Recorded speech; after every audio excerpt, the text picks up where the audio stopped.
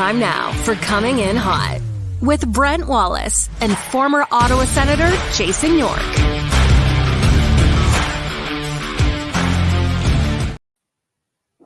Happy Canada Day, everybody.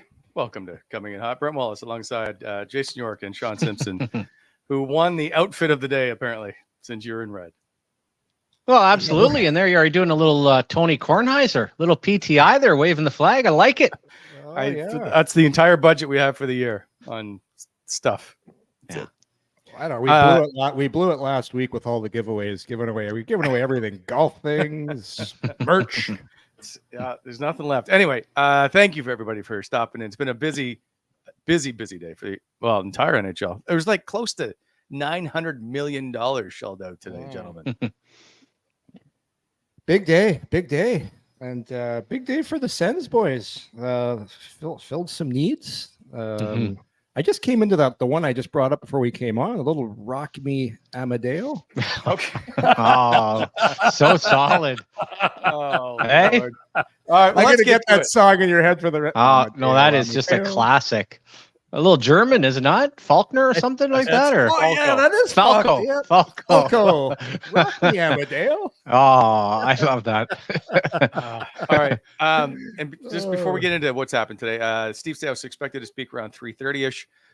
We will tell you. Basically, I'm going to listen to it and tell you what he said, so you don't have to go anywhere. Yeah. We'll take care of you. Well, he's getting off the show, and we are taking over. Simmer, you and Oh. You know what? Show could go in many a direction, Yorkie. Maybe we'll get TJ. Okay, let's get to it. Big news of the day was Nick Jensen being acquired from the Washington Capitals and a third-round pick for Jacob Chychrun. And so I will point out, while Yorkie does his very own Barry Horowitz impersonation, that October of last year, when we had top 4D targets, he was number one on your list. So you, Yorkie, tell us why the Ottawa fan base should like this trade. little Barry Horowitz, a pat on the back. Listen, this I'll tell you why I like this trade. Ottawa's goal right now as a team, it's to win the Stanley Cup, but their goal right now was to take another step. Take another step and try and be a playoff team eventually. That's their goal. How do you do that? Well, you got to bring in some players that are going to help you and help your younger guys be better pros and be almost stopgaps for a couple of years. So if you look at the term you get Jensen in at, you get him for 2 years. He's a legitimate top four defenseman. Doesn't have a lot of high mileage. I think he's played just over 500 games, came out of college. But I've watched this guy play a lot. That's why I had him last year as a player I thought the Sens could target because of the salary. Because back then he had 3 years left. Now it's 2, which is still good. And also, too, Jacob Chychrun is going to make north of $8 million. That's what he's looking for. He's a offensive defenseman that puts up points. So they weren't going to be able to afford Jacob Chychrun, even if they wanted to keep him. And we could go over the whole left shot thing. They got too many left shots. But for Jensen, it's a great salary for a guy that is a good veteran. He can still skate extremely well. I watched him play a lot, Simmer. Still has some good escapability, can go back and get pucks, and can help you get the puck out of your own zone and get it in the hands of Ottawa. How many times have you seen Ottawa? And people will say, well, you need guys that play defense. You don't have to play as much defense as if you have smart defensemen who can go back and make a really good pass. What do you mean? Oh, no. This is where all the Eric Brannstrom people are going to jump into the chat here now. Okay, but the difference is Brannstrom's 5'8". You can't play in the NHL right now if you're 5'8". I'm sorry, you can't. Did you watch the playoffs? It's not possible. Like if you're going to be 5'8" and play in the playoffs, then you have to be a power play guy. And that's just wasn't going to happen in Ottawa with Brannstrom. He wasn't going to be that guy. So you move on. What's the great thing about Nick Jensen? He's not a power play guy. He's just a puck moving, good skating defenseman that has some experience in the league. So for me, he's a perfect fit. Who did Ottawa just draft in the first round, by the way? A right shot D that's going to lead at least a couple years to season, go back to junior, and we'll see where this team is in a couple years. But I like the move a lot because he addresses a need. He's a good pro, and I love the numbers, Simmer. I love the salary he's at right now. Look at Tanev, for example. I love Tanev as a player. He is a really good, better player than Jensen. But the Senators aren't in a position right now to give somebody 6 years and pay a guy till he's 40. Like, imagine how playing till he's 40. But they know he's not. But how? That's not where the Ottawa Senators are right now as a franchise. They are at a spot where Nick Jensen makes a ton of sense, and you get a return. Well, and to that, Yorkie, one thing I learned years ago, and I always go back to Randy Carlyle, I had the hardest time figuring out defensemen because I think it's about fit. So when I hear your thoughts on that, first of all, lots of respect. I'll go over a few things. Eric Brannstrom with skates on is 5'8", and Eric Brannstrom doesn't have any escapability. He's a defensive defenseman. He will never run anybody's power play, but I also would say for the Ottawa Senators, even with what they did today, I still would have kept Brannstrom around. Now, the money's a little bit funny to play with Clevin on the right side. As far as Jensen, go back to, and this is going to be basically, listen, they weren't trading Shabbat. We won't get into the whole Chychrun thing, but it felt like, if people are in the know, that the player had to be moved. This wasn't one that they had patience with. It had to be done for many reasons. You found a right shot defenseman, and I said this, and I'll go back to Mark Mathata-Carlson after Kuba left. The disaster that's been created with Thomas Chabot, who was the MVP of the World Junior, of having stability with DeMello, and what do? You invest $64 million in the guy. What do? Get rid of a comfortable partner and bring in Zaitsev. I'm not going to blame Zaitsev. I'm not going to blame the coaching. You have to invest in your investment. And when you look at a player like this, I love that he's from Minnesota. They're good guys. They're very Canadian, bit of the Winnipeg angle, a couple of years left. He's, to me, a better player than Dylan DeMello. And Dylan DeMello, look at the money he got from Winnipeg. So I said, and this is where people have to be a little bit cautioned, Yorkie, this idea that that guy with size, that can run a power play, that can do all these other things, be thankful that there was a fit. And the timing of this to get out from underneath the Chychrun, to fill a need that's there, I don't think you could have asked for a whole lot more, to be quite honest with you. I really like the move. Simmer, I was looking after all the guys were getting signed. I'm like, there's nothing really out there that I would want to sign as a free agent to come in and fit what Ottawa needs right now. No. To me, it's all about a fit, and I 100% agree with you. Having played defense, Simmer, it is so important to have a guy that is dependable and could be just an anchor back there, and they've been missing that. And people have slagged Chabot a lot, but look at all the different partners he's had in the last, 4 or 5 years. And I agree. What did DeMello end up getting, fellas? I don't have it in front of me. Well, he basically got what Mark Mathot used to make, $4.9 million. And that's to keep a player. And I like DeMello, but go back to your point. No, you're trying to find the right fit here. You're also in a bit of a jam based on Chychrun. So no, I think for the Ottawa Senators, for Ullmark and to that part, the major parts of the summertime, I don't think you could ask for a ton more. I think both of those moves were well done by Steve Staios. Do you know what I like about this, guys? It's not sexy. And this team has went big game hunting for the last 3 years. Sexy, selling. And, part of that was they wanted to sell tickets and they wanted to, get people excited. And I'll say this, when they first traded for DeBrincat, people were excited. But I remember when it happened, I'm on record. That wasn't what Ottawa needed. They didn't need that. This is what they need. A good, smart, not sexy defenseman. Compare him to somebody for us. He's a better Dylan DeMello. He's a better skating Dylan DeMello. That's what he is. DeMello's probably he's a better skater than DeMello, who played on a shitty Washington team last year and actually had a decent season. And people like that team last year, what were they, minus 30, whatever, as a team? He's just in this league right now as a defenseman. You need to be able to skate, transport the puck, get back, usually shake a forward off when he's trying to forecheck you. What I mean by that is have some elusiveness, is fake one way, spin the other way, and not rim the puck because everybody takes away the boards. This guy's got the ability to do that. And that's what you need. And this is what this team needs right now. And, look at the other moves as well. It's just not sexy, but good, solid pros. That's what they need. So that's part of it, because they did bring in veterans. They said they were going to do it, put in the bottom lines. But I want to get to David Perron next, which should be interesting after the 6-game suspension he got for trying to decapitate Artem Zub back in December, I think it was. I'm sure they'll all get over it. But if I'm Artem Zub, I'm still pissed. Like, Zub probably forgets.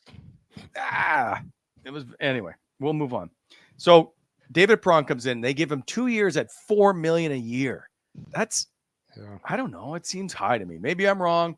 He does bring the scoring touch, all that stuff. I will add that he does help in the French market because I know that's important to them. I'm not saying it's the only. It's just another part of the puzzle. Are you guys okay with David Perron being an Ottawa Senator? Go ahead, Summer. You take this first. No, on this one, guys, I'm not a big fan. The French part, I know you're kind of tossing that in when it comes to locals, comes to different things. I don't look at any factor of that. One of the few players left in the league I actually scouted when I was employed by an NHL team. Went up to good old Lewiston, Maine. First thing I said when I walked into the lobby was, why is that Muhammad Ali picture here where he stand over the famous boxer? That fight actually took place in Lewiston, Maine. David Perron has had a great career, guys. Over 1,100 games, won a Stanley Cup, has been to St. Louis 15 times. Unfortunately, he's a very one-dimensional player at this point, and I can't really figure it out. And when I'm being squeezed, and we'll get into the Pinto thing a little bit from a budget standpoint, though, I don't see this as a fit for the Ottawa Senators whatsoever. I thought he was good last year in Detroit on zipping the power play, the puck around a little bit, but the rest of his game, there is a lot of miles on not a very big player. So I'm surprised both in the dollars, guys, and the term. Not thrilled about that from a sense perspective. And anytime I see more and more money go off the books, guys, I hope that little scare that we heard about Pinto today is nothing more than games. I hope their thought internally is certainly from what they did today that they're not going to move past a guy like Pinto, who to me is your second line center going into next year. Yeah, I'm looking at Perron. Like he's still producing. He can get some goals for it. What do you have? 17 last year. I like the Rock Me Amadeo trade a lot better. To me, I love character guys. I love character guys, unheralded guys that I know you need to win with. And like I mentioned Martinook. Martinook is that type of player. Perron. I'm not, of the three, that's the one I'm least crazy about. I'm a wait and see. Truth be told, I didn't watch a ton of Detroit last year. I saw the circus when they had the game with Zub and all that. So I'll say that at least he's got some fire still. Like some old guys, right? Some old guys will go out there and just play on the perimeter, and you won't see them at all. So a little fire still there, which I like. Still has a little bit of a scoring touch. I'm gonna wait and see, but I love the other two moves. But he does seem to be liked by his teams that he plays on. Yeah, I'll tell you, I heard from Amadio, just speaking to some guys I know in Vegas, really like the player. Sad to see him go. Sneaky good player. And that says a lot when a guy leaves. And I don't know Perron. I don't know many guys in Detroit, but we'll wait and see. I want to wait and see on that one. So I you forget that he played 5 games for the Ottawa Senators. So this is it's a homecoming for Michael. Well, exactly. He's back to where he belongs. I'm just going to tell you, it's when you go as a player to an organization, and the organization is all about winning, culture, doing the right thing, playing the right way. That was the Vegas Golden Knights. You watch how they won a Stanley Cup. I'm sorry, but I get a chance to get a dependable bottom 6 forward off that team. Giddy up. Get me one of those guys, because that culture travels with them to their new team, and they bring that into the room with them. And it just, that to me is a nice, I know they pay, was it 2 point something to get them, but I think that's money very well spent. Well, and you also go back to the trade guys with Willan, and I'll be honest. No, I'm not going to be honest. I'm going to lie and say I remembered it. I didn't. But he played 5 games here. What's also amazing, and for a player like this, be the first one to say, should he have gone to a different organization or unfortunately stayed here in Ottawa, probably would never got a payday like this. This is what great organizations like Vegas do.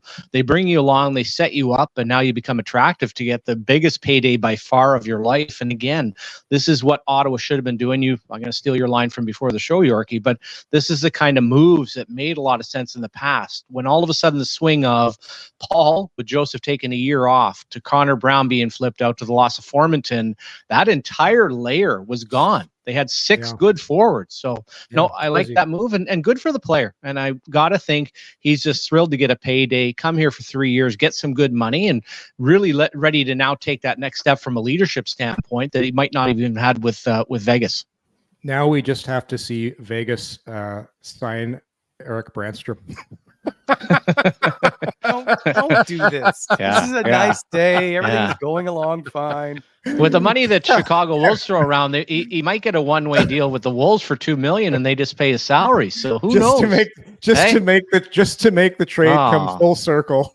Yeah, Not only yeah. don't you have him anymore, and you gave Ah. Stone, we got him. Yeah, Okay. well, he's still got Sokolov, though. A lot of people still think there's upside there. He will be. I feel fairly confident he'll be traded. Yeah, I think so. By the way, the David Perron and even the Michael Amadio, I don't know enough about Noah Gregor. And by the way, those who don't know, Michael Amadio got a 3-year deal, 2.6 mil per season. Noah Gregor comes in. I think he has 1 year left on his deal at 775. No, he got signed at like 775. Yeah. But they all seem to bring a little bit of jam. Like David Perron brings a little bit of feistiness without question to your top six right away. And it's something they need. Yeah. 100%. Yeah, I guess. I just don't know in that case. Like I said, and I've been last year I got intel on Tarasenko, and certainly even into that in training camp a bit hard. But God, I applauded moves in the past. I'll just use the old, hey, I'm going to be in wait and see mode, and we've been pushing pretty hard on Ullmark and Jensen. But in the case of David Perron, with the right side of Drew and Batherson and where they're at with still Joseph on the books, not really feeling that as a fit, guys, or for what they really need. Fair enough. Let's fast forward to training camp, take a look. Okay, one other one. The only other signing today was Garrett Pilon was signed to a 2-way deal. He's also been in the Sens system before, including like this season. He was a member of the team. So just a minor league move there. But back to the deals. And if you look now, because it came out with Shane Pinto that he had requested a trade. That's not true. We have confirmed that it's not true. He has not requested a trade. However, the Ottawa Senators now, as of today, without Shane Pinto signed, according to Cap Friendly, have about $4 million to sign players. Somebody's got to go. There's just no way. Like, there has to be another move made here. And the easy one, or I guess the obvious one to me now, is Matthew Joseph. Yeah, and I'm a little bit torn on that one because I'm a big believer in speed, and I look at Ottawa's overall lineup. I just think his speed really adds something to this, and he was good at the beginning of the year up until a certain point where his game kind of trickled off. But man, he drove a lot of lines early, and he's got the experience with Tampa. Again, like what I said about Amadio, you bring that with you of what it takes to win, and that knowledge never leaves you. So I'm not sold on getting rid of Joseph, to tell you the truth, boys. So what do you do? Yeah, it's if you go up and down the lineup, I'm, in a perfect world, in a perfect world, I'll say this to be quite honest. Yeah. Norris's contract would have been the one to come off the books. Where this team is at, where you look at the teams, and Stützle's your number one, Pinto eventually slides in the 2, and Ridley Gregg's your 3, and you don't have that 7.5. And not that I don't like Norris as a player. I think he's a really good player, but now you just got to hope for the player. You just got to hope he gets healthy, hope he starts playing. So your options are limited. You're not getting rid of, like, for me, Batherson's contract is too good to get rid of, and I like him as a player. You're not getting rid of Brady. You're not getting rid of Timmy. You're not getting rid of Drew. So it's who are we getting rid of then? You look at the next highest guy, and it's Joseph. It's almost like process of elimination. And I don't think it's anything against it. I don't think it's anything against the player. But maybe you stand pat with them now with what you've added and try and figure out a way on. But yeah, there's just no way around it. Is that with Norris's on the books salary to start the season with him healthy? Yeah, So it's been factored in. It's $7.9 million on Norris, right? So maybe you wait and see what Norris's health is at the beginning of the season. Then you buy yourself some time, see where everything's at. Something always happens in training camp. You've had a great day today, in my opinion, a great couple of weeks here with the goalie, the right shot D, and your depth forwards. That was the shopping list. That's a pretty good shopping list for where Ottawa is right now and where they're supposed to be and where they want to be. So you'll have some time, see how the summer goes for Norris and see where he's at, and you can make a determination there and go from there. And instead of being hasty, I think they're in a wait and see mode, to tell you the truth. Yeah, no. You look at salaries where you want to cut guys, and I don't think they'll do it either. Would you move Forsberg and bring in a Sogard or a lesser goaltender? Probably not. I think if there was a market for Joseph, I kind of thought he would have been gone by now. But the multi-million-dollar question, and really the tough part, circles back to Norris. And where do you place him? Well, I don't place him anywhere right now. And if I do, I place him on the wing regardless of whether he comes back. But that swing rate there, guys, and that's where Perron's a little perplexing to me. I would have left myself personally some opportunity because I'm not sure where David Perron is at $4 million. I'm not sure where Josh Norris is at almost $8 million. And in the case of Norris trying to plan for, here's a few things. Comes back and he's unbelievable. He's right back. He's healthy. Nothing wrong with it. Real good player. He comes back. Well, he's not even close to being an $8 million player. You're still stuck with the salary. Maybe he plays lower in your lineup. And then the third, well, if he gets injured again, is there the possibility? And I can't even really plan for it, guys, but you have to plan for it. The idea that should he go through one more of these, maybe he never plays hockey again. So that is a tough thing. And it'll go back to when I said Craig Oster, how smart he was to get him the term, the dollars security on that shoulder injury. But that's a big swing right there between he and Perron, and what I guess I'm a little cautious of going into next year. But as far as Matthew Joseph, I'll say this: when he's on, he's on. When he's not, he's not. And so far with the Ottawa Senators, he's probably given a year and a half of good hockey, and he's given a year and a half of absolute no-show. So I don't know what the hell to make him, to be quite honest with you, Wally. I just hope, to me, with Pinto, and I'll go back to my Norris point, he is, regardless of what happens, the Ottawa Senators' second-line center going into next year. They have to have that. Ridley Gregg's not sliding into that spot. And if Norris is healthy, I don't think he's capable of playing there. So I just hope whatever they've got in mind right now, that it leaves room for Pinto in that 2 slot. Yeah, no, it just makes so much sense moving forward, right? You got your left shot in Stutza, and then you got your right shot in Pinto, and he's your defensive-minded two-way centerman, big, and he's sneaky big, guys. I've said this before. He's almost 6'2", so a little bit of size down the middle too. He's thick as well, so yeah, it's going to be interesting with that $4 million, and that's in the 2 years. So yeah, we'll see. I think it's a wait and see on Norris's health, to tell you the truth. Always funny, Wally, as well, when you have money. It's so crazy. And this isn't even an Ottawa thing. I've been with teams like Toronto. You just have money sitting there. Calgary did this forever. Got $5 million. Let's go out and spend it. You know, it's funny when you all of a sudden become a cap team. And this isn't just Ottawa, just a lot of teams around the league. You always feel that need to end up spending the money. And as we know with free agency, how much money's pissed away. And back to Tanev, just a quick point, Wally, I'll pass it over to you. Ottawa probably would do something like that, but you're also got to take it to the next level of, thankfully they didn't, but quite simply, the player obviously didn't want to be here. Like, there's a whole bunch of different levels. They were pretty desperate. So that's why the Jensen move on many levels is a lot smarter hockey move.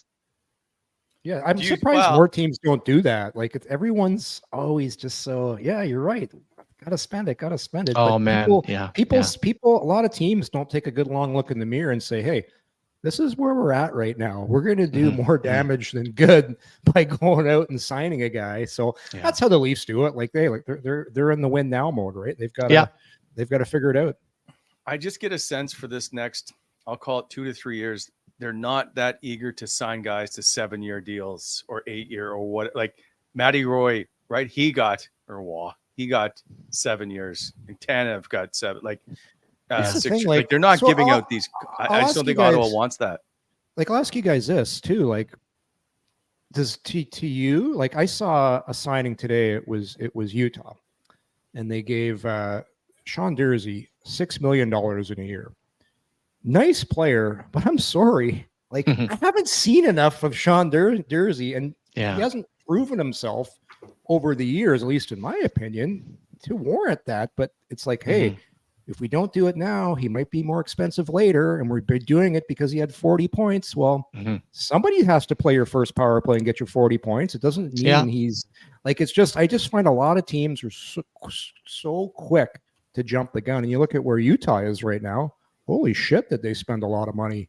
And they took a lot of shots in the dark. It reminds me of when Pagula took over in Buffalo. All of a sudden, you got all this money, and we'll see what a Utah does. But you go from 0 to 100 miles an hour that quickly on trying to rebuild it. Now, they did have some assets, but you're right. All of a sudden, this cash flying out the door. And as far as the terms on the contract, Wally, what I don't know, but I'll go back to, I don't know that they wouldn't give Tanev or that money or term. I don't know if the player wants to come here. So it's really kind of a balance of, and did they have this Jensen thing in the bag? It tells me that I think it's a bunch of bullshit that gets put out all the time about them looking for a first and second round pick for Chychrun. Didn't we hear Chychrun was going to be part of the Ullmark trade? It's just people throwing stuff out there. So maybe this is something that's been talked about for a while. You solidify it, and then you go to, and we're just talking mostly Ottawa Sens. I look at Sean Monahan. I don't know what Don Waddell's smoking when he's watched Monahan, or this idea he's going to put him back with Johnny Hockey. Like, this guy is a shell of himself, York. You want to talk about bad deals right off the hot 5x5? Like, his agent, like the fella must have just been like laughing when all of a sudden he'd have the look on his face like that kid that got picked 3rd overall in the draft the other night.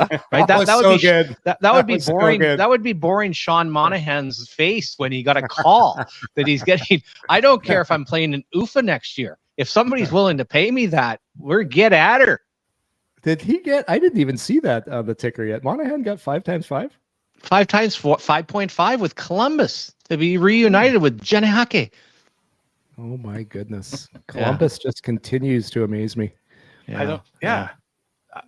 But hey, if you're gonna keep throwing money around, I'll sign there too, right? Like, don't blame the player. No, Well, and there's cap floors, there's cap space, there's money sitting there, there's fan bases. You know, the unfortunate for Ottawa, and this doesn't, what are we going to say? We can get on here and give whatever opinion we want. Yeah. But even with the moves today, I think a Pinto signing, guys, and a Newmark extension.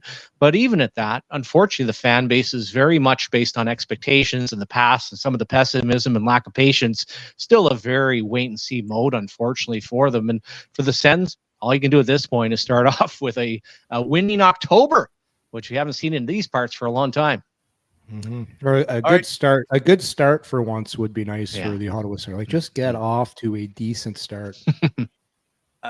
Quickly, or actually, don't quickly. It's our own show. We can take on whatever we want. Yeah. You two give me your grade letter, because this seems to be a big thing on trade day or free agent day. Your grade of how Steve Staios handled his first free agent day. Go ahead, Simmer. I'll go B. I'm going to be optimistic because in the past I've been optimistic yet pessimistic.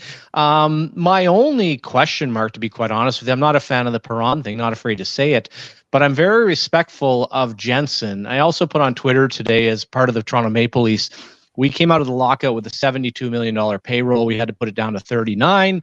We proposed at the time a rebuild. MLSE said, you're out of your mind, forget it. If you don't want to do this right now, you're going to be fired. We chased everything, we signed everything, and we forced everything.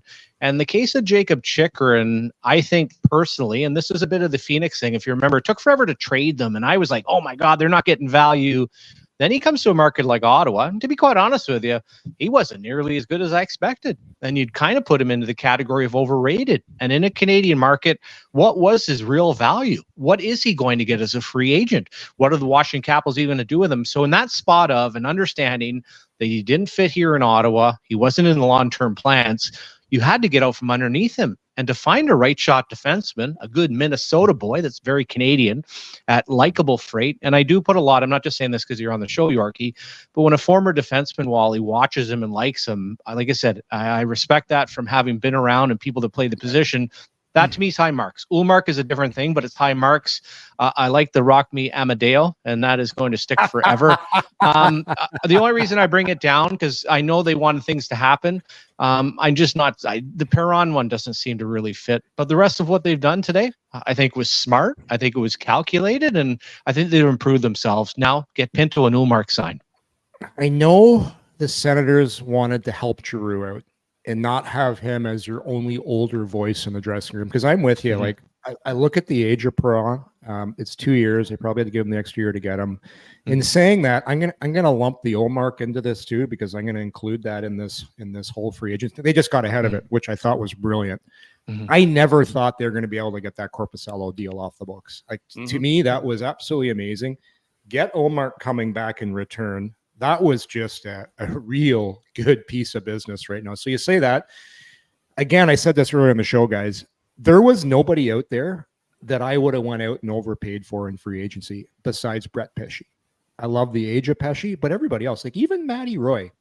Do I want to pay Matty Roy, who gets you 20 points a year, You're going to have to pay him extra to come here, and he's a good player, but do you want to tie him up with what you have coming in the pipeline for Ottawa? So the fact that they got Jensen, Chychrun has moved off. They get a draft choice, and I really love Rock Me Amadeo. I thought that was a great move. So you just want to say it. You don't give a shit about it. You just want to keep saying it like you. Well, he's not sold on it. Hey, TJ's so got to get the music going anytime we bring him up. Come on, TJ. So I just want to point out one more thing. Can you just give your rating? I have a signing by the Senators. I'm because of Allmark. I'm giving him an A, boys. I'm giving him an A. I didn't think I never thought the Korpisalo thing was possible. Okay. So I think it's a huge deal. The Sens have signed 5'11" left shot D, 27-year-old Jeremy Davies from Buffalo, basically on a two-way deal. So don't get excited. It just came down. So just trying to help everybody out. He played last year in Rochester, 12 goals, 35 points in 66 games. Yeah. He's played. It looks like they're spending a fair amount of dough, guys, to try to win in Belleville, which I don't have a problem with. I'm not I've said this in the American Hockey League, and go back to Luke Richardson. It's all about developing players. They don't have a lot of prospects, and I guess they want to put a winning product in there, try to boost things as far as a city, but looks like they made a real concerted effort. Even Hightower coming back. I see he's got a 400 two-way, so Hightower. Obviously they're willing to... for those who don't know, that's Matthew Highmore. Yeah, but you gotta work with me here. Well, anyways, they're spending... Don't bring up the Blue Oyster. they're spending some money to make Bell Vegas a better and it's not to crap on the home of Matt Hamer, but you probably got to pay a bit extra to get people to live there. Is Belleville the home of one Matthew Hamer? I did absolutely. Oh, the Hamer dog! Look at him go. Yeah. All right, hold quickly before Steve Staios going to talk soon, but I want to get to Eric Brannstrom because it's an interesting discussion. It may not be to a Yorkie, but we'll discuss it anyway. But before we do let's have a coffee. Let's take care of some business. This show proudly presented by Betway. Go to betway.ca and bet your way with Betway. Must be 18 plus. Please play responsibly. Also, I think you still can get your picks in for Copa America, how that's going with Team Canada and things. And of course, Euro is on as well. And also the show brought to you by our good friends at BEI. Great for sprucing up that driveway, jazz up that curb appeal. BEI can help you also with all your aggregate needs and topsoil sales. Plus, BEI also does equipment rentals. Give them a call for all your landscape needs, 613-432-1120, or visit them at bonashirexcavating.com. BEI helping to shape the Ottawa Valley and slow down on those construction zones this summer. Okay, so they didn't qualify Eric Brannstrom, who was slated to make, I think, 2.2, right? He made $2 million last year. Yeah. We've discussed his name ad nauseum, and he's an interesting one. I don't know that there's been this much topic or discussion about how one group likes him so much and the other group doesn't. Mm-hmm. I didn't see a fit here. I just didn't see the fit. I think he can play in the National Hockey League. I just don't know where it is, but it's not here. He should be on a team like Utah or a team like the Columbus Blue Jackets or the Chicago Blackhawks, a team that needs a second pairing power play defenseman so he can get out there and get some points. The problem with Brannstrom, if you're that size, you have to be a little bit of a point producer, which he doesn't have on his resume. He's not a penalty killer. He's too small to box out. He was totally miscast from day one. And he got caught in a situation, Simmer, you see this all the time. Mm-hmm. When a new organization or a new front office comes in, the first thing they do is they clean out the old GM's mess. And we're seeing this right now. They're just sweeping it out. And that's what you do. That's what happens all the time. It hasn't been a fit from the start. And the biggest thing that stamped this, nobody saw Jake Sanderson getting this good this fast. And he came in and stormed the NHL and basically grabbed all the opportunities and crumbs that maybe Brannstrom would have got. Because don't forget, Sanderson started off just getting a little bit of nibbles on the second power play, but he took advantage of those and he got better and better and better. And there were zero opportunities because then Chychrun came, Shabbat. So what do you do with this? Like, okay, I guess we got to put him on the penalty kill. So it's like it was a terrible fit, and because of Sanderson's warp speed to where he became, that really pushed Brannstrom out the door. Yeah, and I don't think with Brannstrom guys, he was ever really given great opportunities. I don't even think under the old regime. And also, I got to be honest with you, Echo and the dog and myself went over some surveillance of the CTC last week, and they actually had a sign up there that you have to be this tall to be able to go on the ice with the Ottawa Senators. And I don't think in that case Brannstrom would have fit that. So he moves on. He's not really a power play guy. That's the part of it. He's good when he's in the zone. Where he fits in, I've just been impressed, guys, that he's become a defensive defenseman. And if you ask me to put out the best 6 defensemen for the Ottawa Senators as it sits right now on paper, I would have him on the right side with Clevin. I'm not a JBD guy, and I'm certainly Yorkie at the end of the day, not a Hamonic guy, but I understand at $2.2 million, that's too much money for him to bring him back. And as far as a fresh start and everything else, I think based on where he was picked, I think teams realized, boy, there was something off. I expected a Hughes type player when he came over, Yorkie. It's just not there. But I'm impressed the fact of he learned how to defend, and he turned himself to an NHL player. As you said, probably likely that he'll sign with one of the bottom feeders and get a good opportunity. And a fresh lease on life will probably be just nice for him, just even based on the social media. 100%, Simmer. You know, too, when you're feeling the love. And I've said this before, Simmer. Coaches like who they were as players. And I remember when DJ was here, he liked guys like Josh Brown because you see yourself in those players. And if it wasn't for Pierre Dorion, who had traded Brannstrom, and he never would have dressed because you're told you have to dress him. But as a coach, there's certain players you like, and that just wasn't his type of player. So I agree. Didn't get the opportunities, but man, I don't know about you. Like Sanderson just got so good, so quick. Yeah. And there just wasn't opportunities for him. But man, he'd be a great player on the big ice in Europe, though. So you put him in the KHL, like to me, get your ass over to the KHL and start making big dollars. That to me is the league for Brannstrom. Yeah, it wouldn't be a bad thing. And that is the part, because I don't think he's the greatest skater, but as you know, on the big ice, you never stop. And for a guy like that has no forecheck, and again, he's highly intelligent, and you can really see the comfort level when he's inside the zone. Like he starts to walk the line, do some different things. Also to that, and you make a point, and this is honestly where in team building, and you even go back to that initial move with Zaitsev, which I understand when coaches want certain players, but you had a very young coach in DJ Smith, and obviously his analysis on Zaitsev, but Pierre Dorion, who's a young general manager, Yorkie, right from day one, handed the player personnel keys over to DJ Smith. He didn't even know what he was doing as a coach. And all of a sudden it's like, well, it's up to DJ. And then the good organizations, as you know, philosophically from the manager to the coach of drafting, trading, we're all on the same page as to what exactly we're going to bring in, right? If DJ Smith, as you said, wants all bigger players, he's going to bring in Brown, you're going to sign Branson, you're going to do some different things.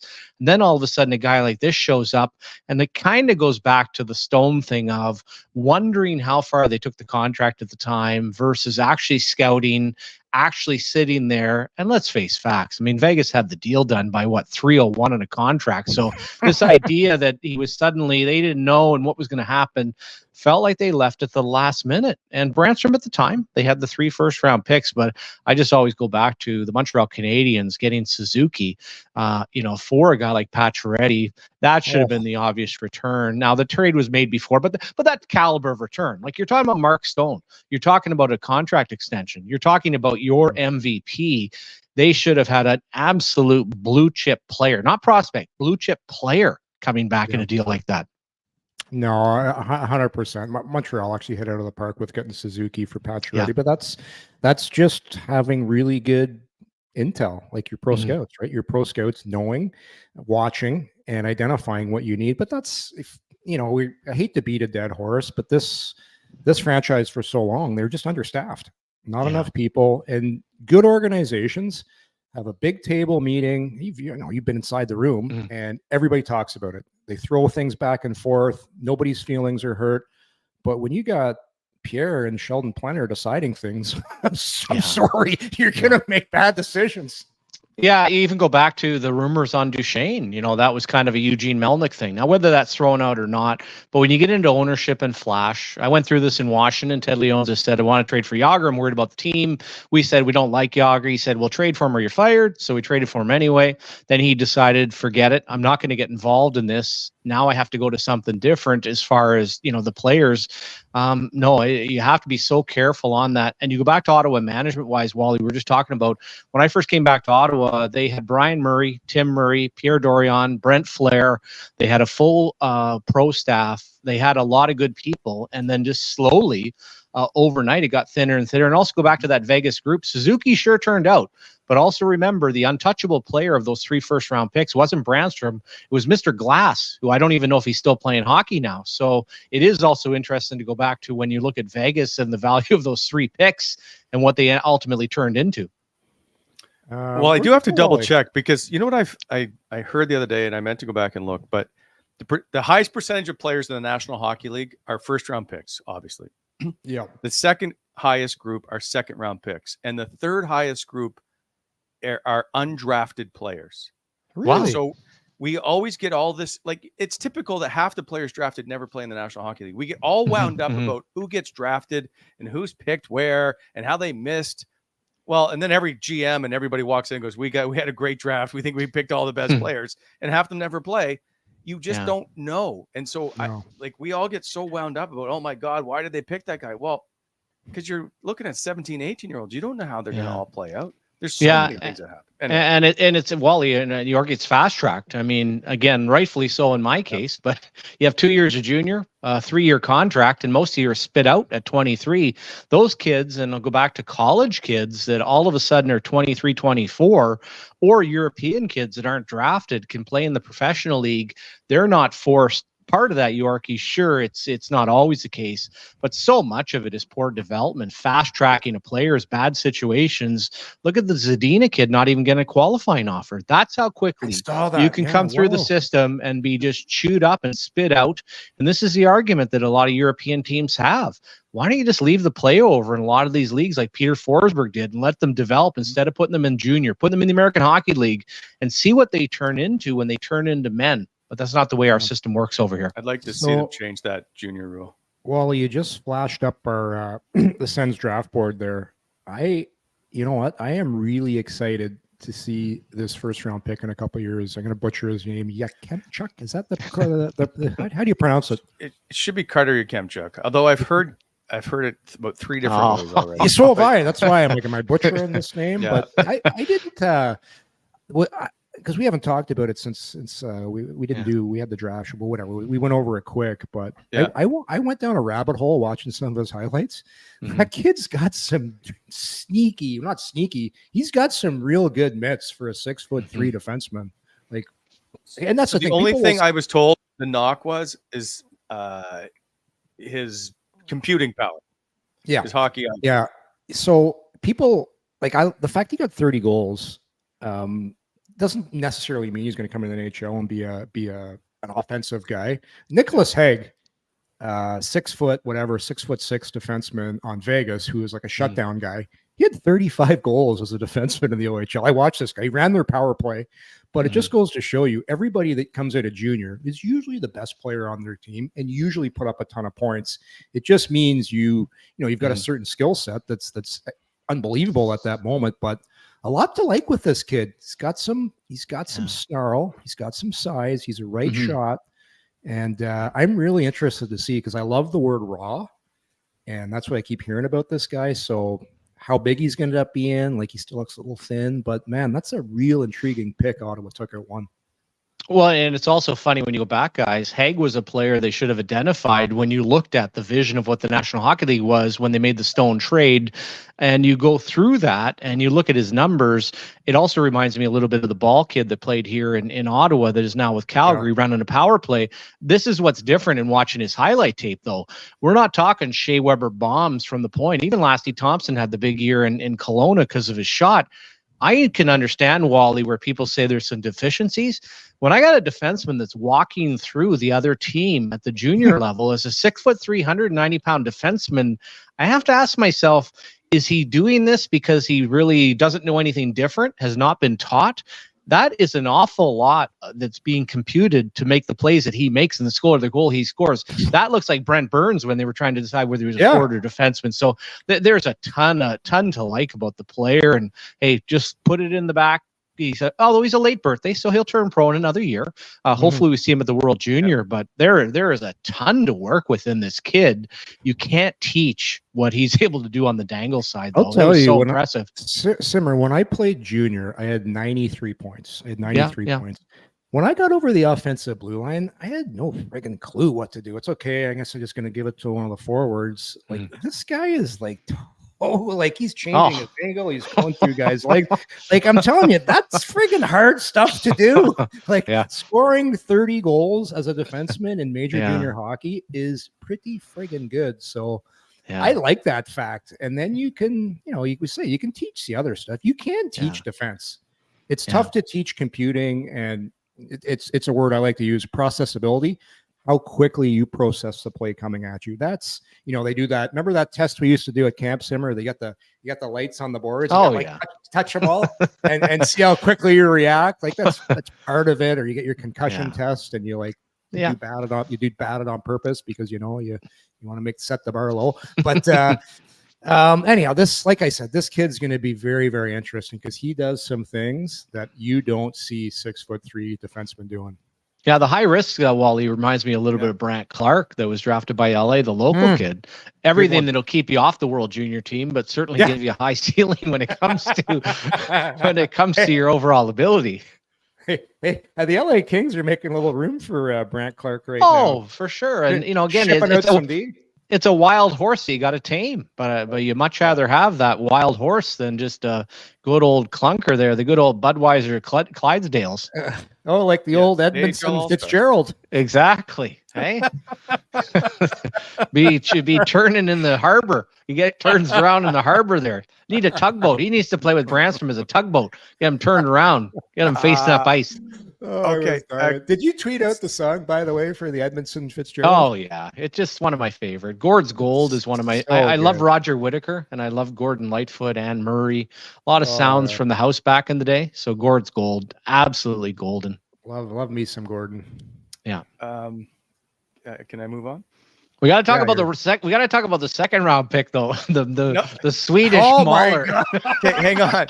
Let me get back to that. Steve, I told you I would listen to Steve Staios and get back to Okay. So just a couple of quick things. He did confirm that Shane Pinto did not request a trade, which we were already not going anywhere. Yeah. He did make a point. It can't get silly, basically, on today. And he said we were very disciplined in what we were doing.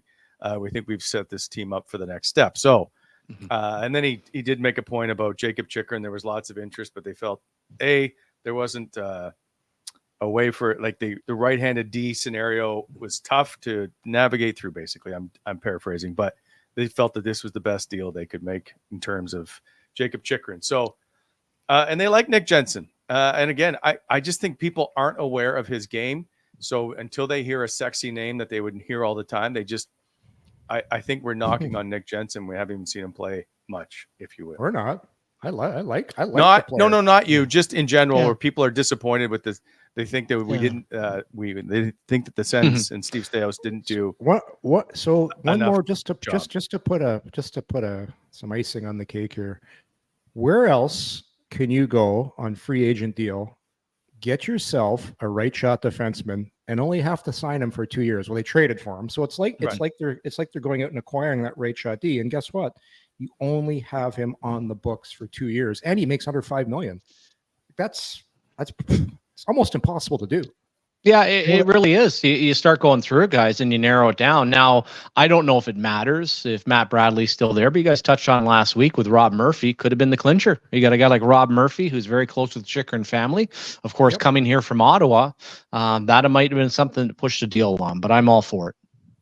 Yeah, and this will be a good fit for Chychrun. He's going to go to a place that wants, their main goal right now is get Ovi the record, and Chychrun is a really good offensive player. He's going to you put him over on that left side, and Ovi's on the other side. You got two really good one-timers, and you got Carlson up on the top. So good fit for him. We'll see if he extends there, but it's just he is a power play guy, and Ottawa just had too many of them, and it just wasn't a good fit. And this is a good trade for everybody involved.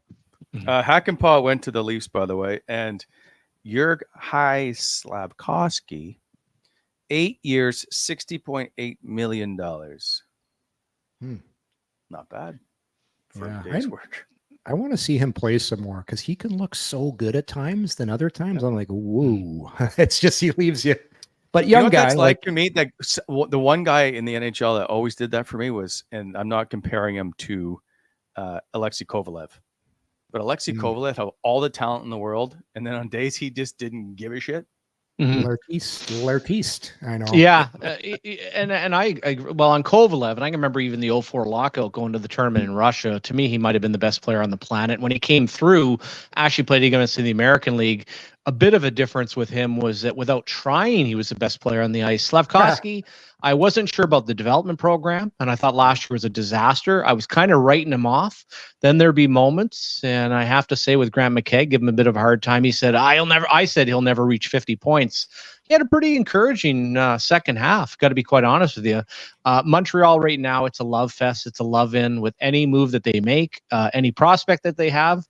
But I will say for this guy, I'm probably more willing to bet on him than I certainly was a year ago. But as you said, there's still a lot of flash there. Does he really get comfortable using that size and basically has an opportunity to be a game breaker on a nightly basis if he does?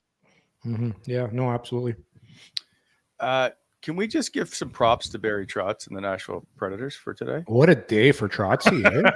No more boring Nashville Predators. Holy. We're going to start scoring some goals here. No more winning 2-1 or you already have Saros in goal. You have got Roman Josi on the blue line, and now you've added Steven Stamkos and Jonathan Marchessault. And who else did they add? Who's the third big piece? Oh, I apologize. Let me check the free agent tracker. Brady Shea. Yeah, I think nice. I think it was Brady Shea. Nice, smooth skating defenseman. Yeah, they're Nashville, so they're going on. They're pot committed right now. That's a couple players that are good players, but aren't getting any younger. And you look, that's what I find. The good teams make hard decisions, and they make uncomfortable decisions, and they do it for what's betterment of the team. Like I'll take Pittsburgh for example. Pittsburgh should have made a hard decision on Evgeny Malkin a couple of years ago, and they didn't do it. Now they're stuck with him. And, it's a legacy player, and he'll retire his number and all that. But imagine if they would have traded him a couple of years ago and made the decision that needed to be made, you would have got a lot of return. But that's why Tampa continues to always be a pretty good team. They're willing to make the uncomfortable decisions that not a lot of other teams are. Okay, yeah, and so here's a question: are they better? Yeah. Sorry, Simmer. But are the Tampa Bay Lightning better without Steven Stamkos and adding, from Carolina, Gensel? Yeah, Jake Gensel. Well, at even strength, they're a better team. And if you want to be honest, and this is where I'm also careful about free agency. First, I'll deal with Tampa. There is something way more to this in the sense of you have given him every reason to leave, and also in making the Gensel deal. If the reports are right of an 8-year deal at $3 million a year, that's almost like, listen, there's no way we're going to do business. He has at points turned into a very one-dimensional player, Steven Stamkos. Sure, he's a leader. Sure, he's a captain. Tough decision to make. I think they're a better hockey team.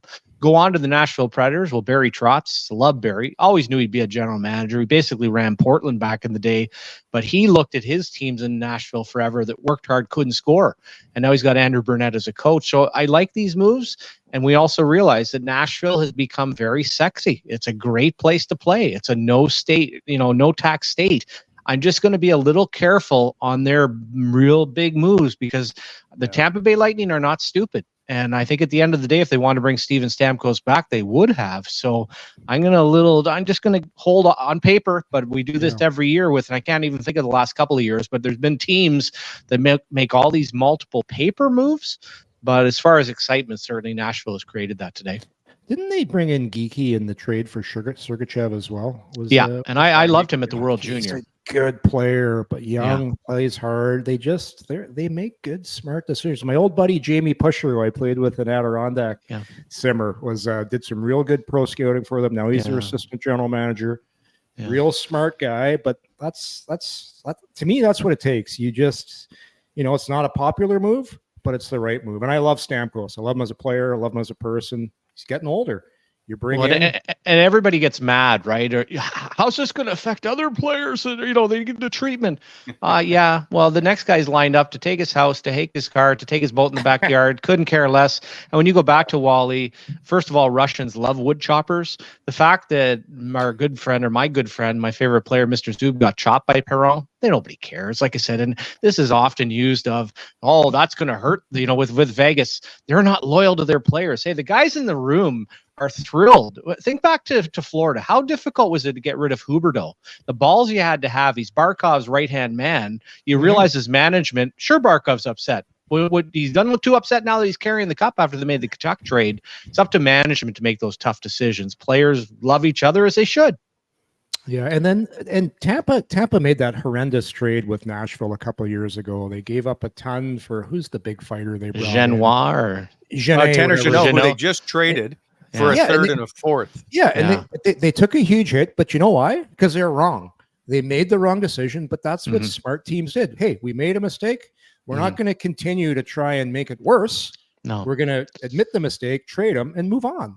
And if you want to be honest, a parallel, guys, is Chychrun and Zaitsev are almost the exact amount of assets. Well, sure, it helps if you're new management, but at the end of the day, for what you had to do to get Chychrun, and then at the same time get rid of Zaitsev, kind of the same thing. But not that Steve Staios cares about that right now. He just wants to get a right shot defenseman in Jensen. What he got? But they also do, by the way, have a pretty healthy list of draft picks available to them. I know Ottawa's still going to, depending if the league rules any differently, but Ottawa has to give up one of their first in the next 2 years. But they've got 3/3 this year. 2/3 this year, 3/3 the following year. So they do still have draft equity. They haven't surrendered too much now as they try to move forward here. They just gave up too much at the beginning. Hey, we got to talk about that violent. We still haven't talked about that violent gentleman that Ottawa drafted in the second round. Yes. So, and it was asked in the chat our thoughts on day 2 of the draft. Did you? I tweeted out somebody tweeted out his highlight tape, and I said the last time I saw that was when the Hansons took a shift. This guy's insane. I just want to go on record as saying there is no room in the sport for this type of violence. And this is probably some Swedish guy who's probably an accountant that is supposed to be working for Central Scouting that realizes that violence like this in Sweden hasn't been seen since the Dragon Tattoo film. I just laugh. I don't know how many times over the years, guys, people would say that guy's never going to play in the league. People hated Darcy Tucker and Jr. and they took it personally as a scout. Darcy Tucker's never going to play. You guys are going to kill him. Hey, sometimes remove the personal side. The guy's highlight tape was awesome. Now, I don't know how big the kids are he's hitting. I don't even care.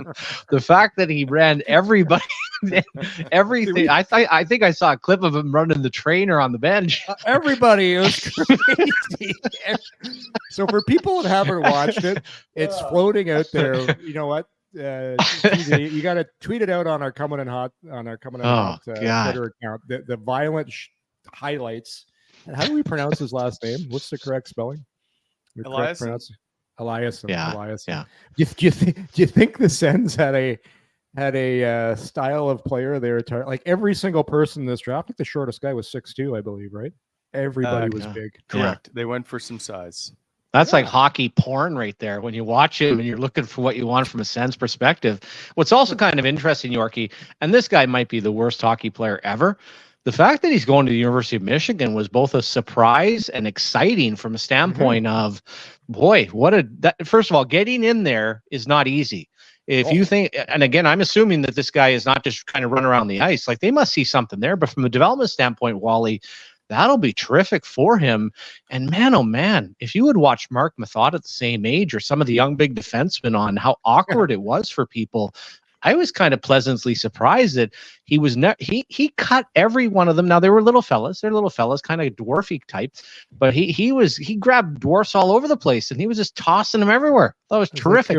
It was like Kramer in the dojo there when he goes in and he starts kicking ass. But his form was impeccable. The way like as soon as he got a guy in the tracks. Not only did he hit him, like the guy went flying in the air. It was like watching a comedy skit. Yeah. But that's sometimes the puck can be optional. I mean, you don't always have to. but it's so not Swedish. That's the other part, and people have to remember. Like this is in Sweden, the idea that you would not play the puck on every single play would lead to the most violent player. It's such a contradiction when you think about Swedes, although one of the dirtiest hockey players in the history of mankind is Ulf Samuelsson. But I was kind of pleasantly surprised. And the fact he's going to Michigan, maybe we'll see him at the World Junior. That would be a whole lot of fun. University of Michigan. So here's the thing. This kid is going to get the best of the best as far as nutrition, strength training, practicing, video. So he's going to that's the thing about college. You get so much time to practice, develop compared to junior where it's always play, where this guy is going to get that's just a tremendous program. So people should be really excited about once they get their hands on this kid and what they can turn him into. All right. I'm still at the Kramer in the dojo comment, so I'm just trying to get my head back around the show. That's when I realized I'd lost all control of the show. I couldn't believe what I was watching when I found this highlight tape of him. I'm like, holy shit. Oh no, I was expecting like legs on the tracks and doing like a Brian Marchment where you come up through the middle of the ice and all of a sudden there's like gear all over the place and mushes down on the ice. He's hurt too. It's just funny. Like I said, this player is rated higher and everybody gets so fired up. And unfortunately for the Ottawa Senators, outside of the Ullmark move, that's been the trend of everybody being a draft expert when it comes to trades and everything else. And hopefully both in the future with the draft picks and both the moves that they made, that people will be wrong. Just to wrap up as we head out of here, I didn't give my opinion, not that anybody gives a shit, on the Steve Staios' work. I think they did a really solid job. And we start with Linus Ullmark acquisition. I think you have to include that. I think this was a solid pickup, although the salary caps, the number is a concern for me with like $4 million left at the moment. However, I can't complain. Listen, we've all been asking for a right shot D and for some grit on the bottom two lines, and we got that. Yeah, 100%. And a goal. 100%. Yeah, and the goalie, which and shed that contract with Korpisalo. Like it's crazy. It's like, that's the thing people have to remember. Chychrun's camp, Chychrun as a player, what he's done so far, he's going to command over $8 million in a year from now. Like think about that. That's the going rate, what you pay for a player like that. So it's a good piece of business. By the way, gets an A from me. I'm a hard marker. You going an A? You're just copying me. Tell you what, boys. I didn't hear you say A. I said A, and I've got a massive pickleball dust up at 4:30 today, boys, at the Britannia Yacht Club. Oh, nice. Will that be on Will that be on TSN 5, the dojo, or whatever it was from Dodgeball? TSN 5. Hey? Let's head off to pickleball at the Britannia Yacht Club, seniors division. All right, boys. Happy Canada Day. Cheers. Thanks for stopping by. Happy Canada Day, everybody.